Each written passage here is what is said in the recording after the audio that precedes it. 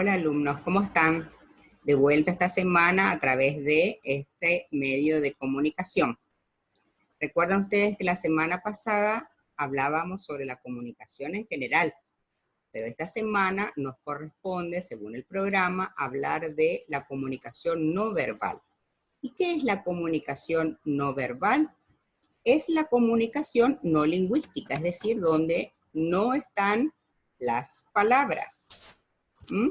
¿Recuerdan ustedes que la comunicación, según la Real Academia, era qué cosa? ¿Recuerdan? La comunicación tenía que estar en un contexto donde tendría que haber un emisor, un receptor, el circuito de la comunicación de Jacobson, que ya lo hemos estudiado. La Real Academia Española dice que es una transmisión de señales. Y Peace dice que es un proceso donde unas personas asignan significados a los hechos. Eso lo vimos la semana pasada, es un repasito. Pero hoy vamos a ver que la comunicación puede ser verbal o lingüística, como dije antes, o no verbal o no lingüística, que es el tema de la fecha. ¿Y a qué se refiere la comunicación no verbal? Se refiere a que justamente nosotros comunicamos o nos comunican a través de los gestos, de las señales, de las miradas, de los movimientos, de las posturas, de la ropa que nos ponemos. Todo eso comunica, sin una palabra. Es decir, que son señales que se transmiten de persona a persona sin necesidad de utilizar lo lingüístico, es decir, la palabra. Hay 3 puntos importantes que tenemos que resaltar. Una, que es inconsciente. Uno se pone colorado cuando alguien le dice algo no porque quiera. O yo transpiro y no me gusta que estar toda mojada. Sin embargo, es una sensación que yo no la puedo dominar. Entonces, por ejemplo, alguien que tiene hipo o que tirita de frío, es decir, uno está comunicando algo, pero no de manera lingüística. Otro punto importante que tenemos que tener en cuenta es que no tienen las mismas significaciones en diferentes contextos. Por ejemplo, uno puede estar transpirado porque se puso nerviosa en un contexto de una situación problemática, pero también salen de un gimnasio o salimos a la siesta acá en Formosa con 40 grados y significa no que tuvimos un problema, sino que hace mucho calor. Y la comunicación humana es muy compleja, eso lo habíamos visto en la clase pasada. Es decir, que desde hace mucho tiempo, inclusive al principio del siglo XX, el siglo pasado ya, Darwin, ¿recuerdan? El de la evolución del hombre que decía que nosotros veníamos de los monos, obviamente los cristianos pensamos que no es así. Él observaba los gestos, las posturas de los monos muy similares a nosotros. Esa es una de las razones por la cual él decía que proveníamos del mono, aparte de su parte biológica, obviamente. Pero recién a partir de los años 50, Eichmann y Birwich, entre otros, Flora Davis, Albert Mehrabian, hablan de lo que comunica lo no lingüístico, es decir, lo no verbal. Por ejemplo, Paul Ekman, es un antropólogo que se internó en una isla de Sudáfrica donde no existía el alfabetismo. Y él observó que todas las personas, tanto en ese lugar donde no tenían televisión, radio, no tenían contacto con nadie, solamente en la tribu, tenían las mismas características que los que vivían en Nueva York, por ejemplo, en plena Quinta Avenida. Flora Davis opinaba que la palabra es hermosa, que es muy dulce, que nos gusta escuchar y que nos gusta hablar, pero que está sobrevalorada, es decir, que ella considera que no todo se dice a través de las palabras. Y eso Mehrabian, que es un lingüista indio de la India, él hizo una regla que dice que el 7% de toda nuestra comunicación solamente es verbal. que la 38 es paraverbal, es decir, los gestos, las posturas, las miradas, yo me inclino o no me inclino hacia una persona, significa que estoy comunicando más de lo que digo. Y lo gestual, lo corporal, es decir, que él opina que solamente el 7% es verbal, todo lo demás del 100%, para completar el 100% es no lingüístico.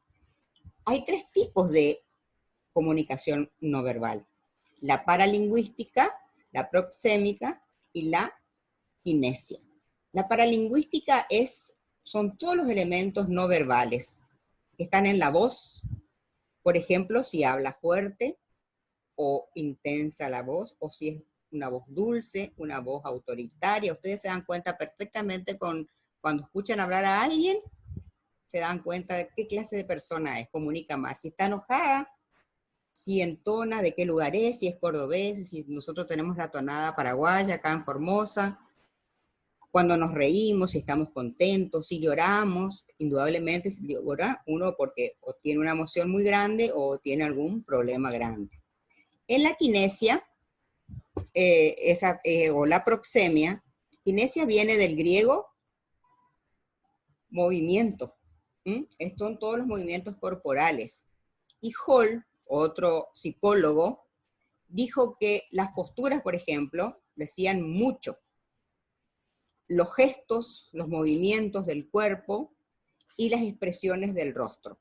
Que también Paul Ekman, ahora ya les muestro, lo clasificó.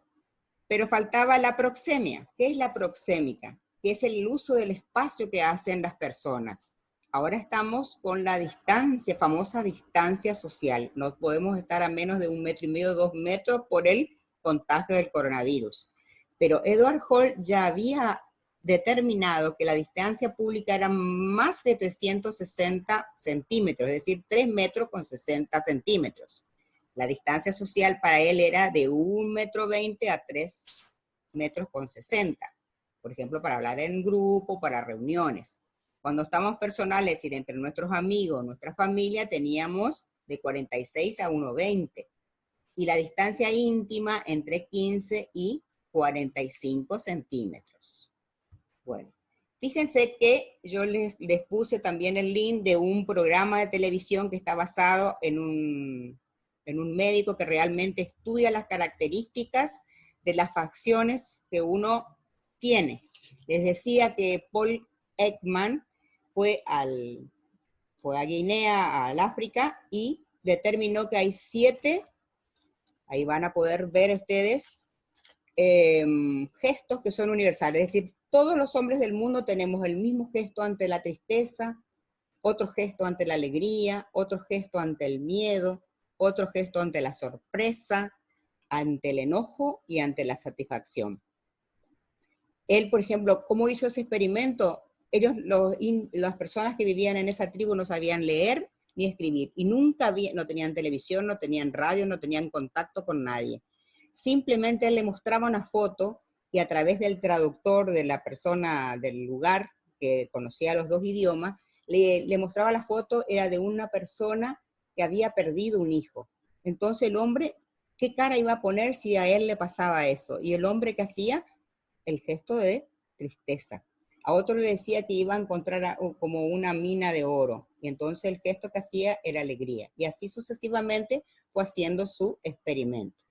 Yo debajo le puse del link, le puse en YouTube, pueden ver una serie que es Miénteme, que se trata de una persona que es un médico que está especializado en gestos y que la CIA lo contrata para descubrir algo que ellos no pueden hacerlo. Ni la CIA lo puede descubrir, él a través de los gestos lo puede hacer. Es muy interesante porque se van a enganchar, porque la temática es buena, sobre todo especifica lo de los gestos no verbales, pero sobre todo le va a gustar porque es un poco policial y tiene intriga y tiene acción. Y después les muestro el otro link que les adiciono acá, es para que ustedes vean la cantidad de posibilidades que tiene, porque tenemos 1000 maneras de representarnos con la cara solamente, porque la cara tiene muchos músculos.